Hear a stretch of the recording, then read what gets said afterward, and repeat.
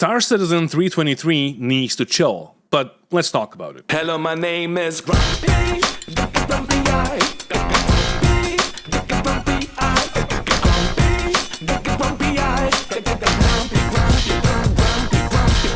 So for you guys that are living under a rock for the past week, last week we had a massive info dump on what's going to be included in the next major patch for Star Citizen. And it's a lot. Master modes, distribution centers, new EVA, new interaction system and a new star map, cargo elevators and cargo refactor version 2 and some major changes to the economy, and there's more. Yeah. Apparently there is even more, and we're gonna get all the info this week. Like, what is this company all of a sudden? Like, how are we getting so much progress in Star Citizen after having no progress for like 2 years straight, basically? But let's stay calm for a second here, and let's talk about all the things that were announced, and let me share my thoughts on all of them. And I would say that we should start the video with talking about the most important thing coming in the next patch, or the Master Mode. So for you guys that don't know what this is, it is basically a complete redesign of the whole flight model and flight mechanics in this game. And all of that is done so we could have more enjoyable and fun experience when we enter combat with our ships. Gone are the days of jousting during PvP, but this is not the only thing that will get impacted by the changes. On the contrary, PvE bounty hunting is going to be much harder now, because you will not be able to boom and zoom hammerheads anymore, or fly around them at max speed so their gunners can't hit you. So if you don't know how this works, with Master Modes, most ships will have 2 flight modes. The first one being the SCM mode, or the mode that will restrict your speed, because this is the mode that you will use for combat, and the second mode is the high speed mode, but in this mode your ship's weapons and shields are going to be disabled. This is all done to prevent you from running from a fight and to make the fights more fun and cinematic. And of course, bigger ships will be slower and the smallest fighters and racing ships will be faster in both modes. There were some other changes to how ships behave, to their turning rates and how the ships accelerate, but I would say that this is a topic for a whole other video. And you can test it out right now in this patch in 322 by going into Arena Commander and clicking on one of the modes that has Master Modes in their name. Now this is a very polarizing topic for most of the community. Players either love the idea or they simply hate it. I myself love the idea, and after extensive testing in the Arena Commander, I can tell you wholeheartedly that fights between more players are much more immersive and cinematic while retaining the skill ceiling that was there before. Who is this? Grumpy Eye. I thought you quit! I thought you quit this game! This is right here what I didn't like about Master Modes. I feel like I can... With a good pilot, they are super hard to stay with and aim and hit. So that's why I feel like the skill ceiling is still there. Because look at a pilot that doesn't have any skill, and it's a smoother looking experience, more cinematic, but I still can't hit him. Now, for all of you no-lifers in the comment section, I have never claimed that I am the best PvPer, and I would say for myself that I'm at an average or slightly above average skill level, but I am friends with the top PvPers in this game, and I have fought them, and I can tell you that there is still a high skill ceiling to PvP, but instead of the players focusing on the merge, the focus is now on outmaneuvering your opponent. And if you take a look at this clip right here, where I'm fighting one of the leaders of the Liberty Reapers, you can see that I barely landed a couple of shots on him, and he took me down like it was nothing. But that's all because he's a sweaty PvPer and a griefer. I'm kidding, of course. On the other hand, the new flight model makes it very hard for a single player to fight more than one opponent at the same time. As an example, with the current flight model, I rarely lose a fight even if I'm heavily outnumbered. I've fought up to 5 people at the same time, and the only thing that I had to do with the current flight model was to isolate them and then pick them off one by one. Although you do feel like a badass, it is infuriating when somebody does the same thing to you. And the new flight model fixes that issue, so you winning a 1v5 is going to be next to impossible. And how many times have you started the fight just above Brios, as an example, and you ended up like 70 kilometers away from it? This new flight model fixes that issue. But even though I like these changes, there are a lot of issues with them. So let's talk about the issues. Well, the first major issue is that CEG has been working on the Master Modes for 2 years now, and after 2 years we only have 4 ships in Arena Commander to test out the new flight model. On top of that, I would say that most PvPers would agree that the light fighters were a meta for far too long, and that none of us backed the game to sit in one ship that rules them all. And after extensive testing, the Gladius is still the undisputed champion of Master Modes, mostly because the Gladius can outturn and outmaneuver all the ships that are currently up for testing. Although, it is obvious that with the changes to the flight model, CG is trying to give all the fighters a slot to sit in, so they will all have different purposes. As an example, it is almost impossible to kill a Gladius with a Vanguard, but the Vanguard is so tanky that it will sit in a squadron battle as an anchor. And on the other hand, I would imagine that it will be able to outturn all the larger ships, so I guess that it will work nicely if you're pirating a cargo ship. Now, my only gripe with this is that two Gladiuses can easily kill a single Vanguard with a pilot and a turret gunner. But honestly, I would like to see that the meta switches from light fighters to multi-crew ships. With the current flight model, it is very easy to destroy a multi-crewed MSR or a Cuddy Black with an arrow or a Gladius. They simply have no chance against small fighters. To make the matters even worse, I have tackled fully crewed 600 Eyes and Hammerheads with a light fighter. And I'm talking about PvP, of course. But the way that it's done is basically exploiting how fast I can move to evade their turrets and how far back I can sit while still hitting the shots down the range. So I would effectively make myself a small and a fast target that the turrets can track while still hitting my shots from afar. And this is not how it should work. A corvette that is made for killing light fighters should always win a fight against them. And that is what I personally want to see in Master Modes. If there are two players in a Cuddy Black, it should take at least 2 light fighters to take that ship down. If there is a fully manned Corsair with 3 turret gunners and a pilot, it should take at least 4 light fighters to take it down, of course, if the skill level is matched. But I simply don't see it happening in the next patch. What I see is that CG wants to release Master Modes to the persistent universe as fast as possible so they could gather statistics and ask for feedback. So this is basically a Hail Mary, and I'm pretty sure that most of the ships will have similar stats for at least a couple of patches until they realize what they actually want to do with this new flight model. And don't get me wrong, that is all cool, but be prepared for a light fighter meta like you have never seen before. I might be wrong about this, but I have a strong feeling that the light fighters will dominate the sky for a couple of patches. God damn it, I talked about Master Modes for like 8 minutes straight and we have still like a lot of things to cover.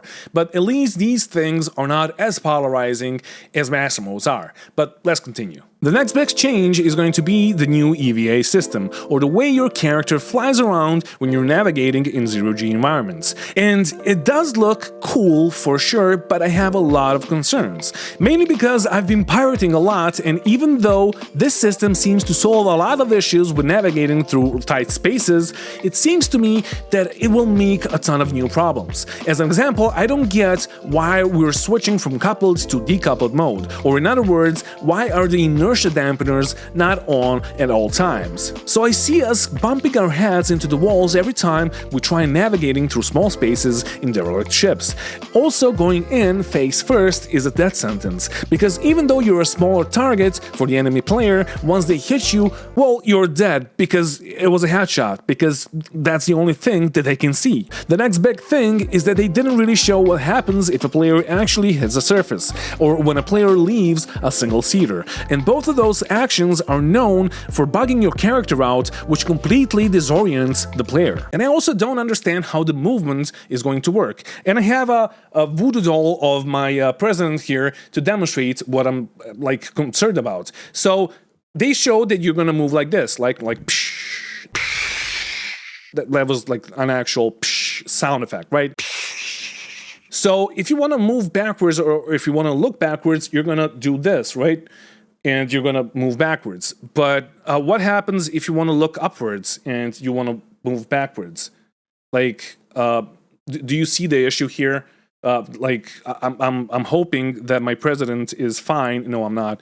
But you see my issue here. So I guess we'll have to see it to understand what's gonna happen, but let's continue. UI is also getting a huge update, and I'm glad that it will. Not only that we're getting a new mobi-glass with a new star map with a search feature, but we're also getting a new minimap of some of the landing zones and some of our ships. And on top of that, we're also getting a new interaction system. I don't have any complaints about these features because these systems were bad and or broken for way too long. So any improvements to those systems are welcome. The only thing that I don't really get is the need for the minimap, because it's not that hard to navigate through ships or landing zones because everything is labeled. And I'll say that it's a lot of work for something that is not that useful, but then again, I might be wrong. And on top of all of that, we're also getting an FPS compass or a heading, which, like, I can't even tell you how many times it happened to me that I was playing with friends and we got shot at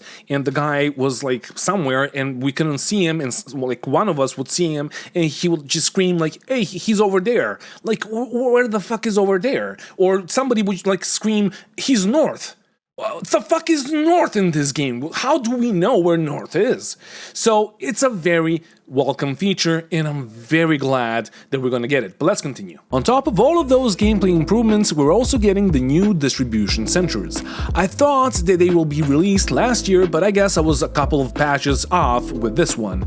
Obviously, they're not going to be completely done, but they could potentially offer so much in terms of gameplay. As far as we know, they will at some point be filled with dozens of different missions, and during last year's CitizenCon, Todd Pappy has talked about raids, and they have used the distribution centers in the background footage while he was talking about them. So what I'm saying is that we might be getting a lot of different missions in these centers, and that makes me very excited because I don't want to do a single fucking bunker mission in my life ever again. On top of that, they have announced the new character customizer, which we all have seen how it works during CitizenCon, and even though this is a very welcome change, I would love for CAG to give us a way to save our character once we make it, even if it's a code that we would store as a TXT file, as an example. But having to remake your character with every patch and hotfix makes us not want to do it at all. I'm also hoping that they will fix the issue of your character completely changing its appearance when you go to prison. Now, the big update for all of your cargo haulers and pirates is that we're getting cargo elevators in our hangars, but they're also going to be present on the landing pads around the verse. Now, this is a picture that they have posted on their Twitter, and what concerns me here is that it seems like everyone will be able to troll you and toss your cargo into their ships, or just throw it around to make your life miserable. Some devs have said that they will have a way of preventing players from griefing you on those pads, but I guess we will have to wait and see how all of this will work. Now, all of us know that some of the ships like the Carrack are going to be impossible to load up with boxes that are larger than 2 SCUs, and CAG is aware of that. And that's it. They're aware of that. So, yeah. But my concern here is that since it will take you a very long time to load and unload your ships, that will mean that there should be some changes to the economy, and I would say that the payout in the end should be much higher, but they haven't mentioned that at all. What they did mention are the changes to the pricing of items and ships in the game, and this is the last thing that I wanted to talk about in this video. From what they said, they're doing a complete balancing pass for all the ship prices in 3.23, so the Pisces Rescue should cost around $500,000 of Alpha UAC, while the Arrow is going to be around $2 million. The Constellation series should be around $10 million, while the Hammerhead should be around $40 million. And that is fair. We knew that this would happen at some point. They have said way too many times that they want you to feel excited when you're buying a new ship, and that they want people to join in and buy a ship together. I mean, sure, but like, why now? Aren't we supposed to get the systems for sharing our ships with our org? As an example, let's say that 10 players invested to buy a Hammerhead, and with the current state of the game, that Hammerhead is going to be tied to the account of the guy that bought it.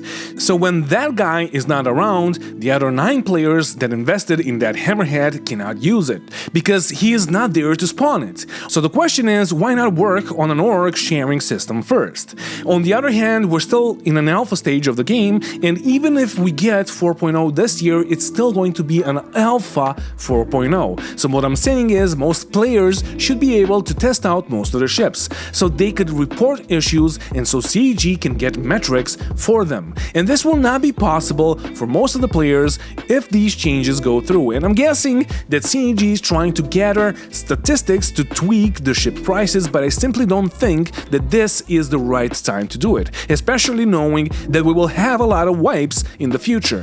I would say that we need to have a way to share our ships with our orgs first, and then change the pricing. So what I'm saying is that this looks like it's a decision made by the marketing team, and that they're trying to get into your wallets even more than before.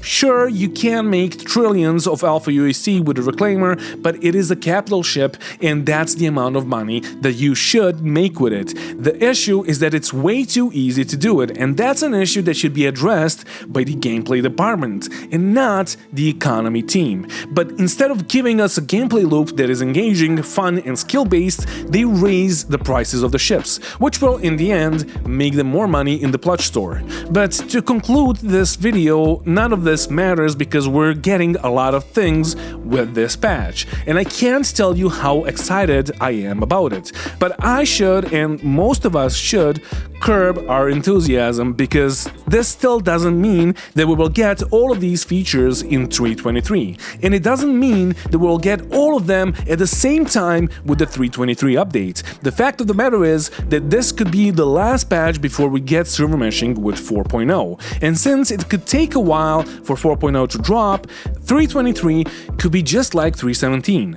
there for almost a year doing nothing and being just broken. So yeah, tell me in the comments if you're excited about 3.23. Tell me what you really think was going to happen with 3.23, and if we're actually going to get everything at the same patch, and if you think that everything is going to work, because like I'm excited, but then again, we know CAG and we know how this works, and like we had patches like this before, not as big as this one, of course, but yeah, I'm skeptical, is what I'm saying. But anyway, thank you for watching, and thank you to all my patrons and my channel subscribers, members, whatever they're called, for supporting me. If you want to support me, there's the membership button down there. There's a super chat if this is premiering. There's a super, like, you know how everything works. Patreon down in the description. Merch is great. I don't have anything to say here, but merch is great, and like this is gonna last for a while, so I just gotta be on the screen, I guess, and you gotta look at my stupid face. But yeah, thank you for watching, and don't forget to bring a towel when you're traveling through space, and buy my merch because it's great. Bye. Jesus.